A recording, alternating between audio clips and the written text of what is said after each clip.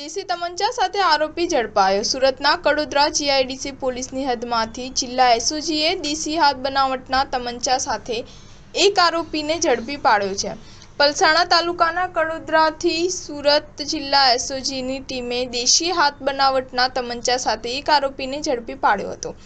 પોલીસે તેની પાસેથી ₹20,000નો મુદ્દામાલ કબજે કરી આગળની તપાસ હાથ ધરી છે। આ અંગે મળતી માહિતી અનુસાર સુરત જિલ્લા એસઓજીની ટીમે ખાનગી રાહે મળેલી બાતમીના આધારે તાતીથૈયા ગામના સોની પાર્ક 2માં આવેલા પુષ્પાબેન પાંડેની બિલ્ડિંગમાં બીજા માળે રૂમ નંબર 23માંથી શિવમ રામાનંદની ધરપકડ કરી તેની પાસેથી દેશી હાથ બનાવટનો તમંચો કબજે કરી લીધો છે। આ તમંચો તેની સાથે નોકરી કરતા કુલદીપ ઉર્ફે સોનુ દોહરેએ સાચવવા માટે આપ્યો હતો। પોલીસે કુલદીપને વોન્ટેડ જાહેર કરી બંને સામે આર્મ્સ એક્ટ હેઠળ ગુનો નોંધી આગળની તપાસ હાથ ધરી છે। સ્ટાર ન્યૂઝ 7 હંમેશા સચ્ચાઈની સાથે।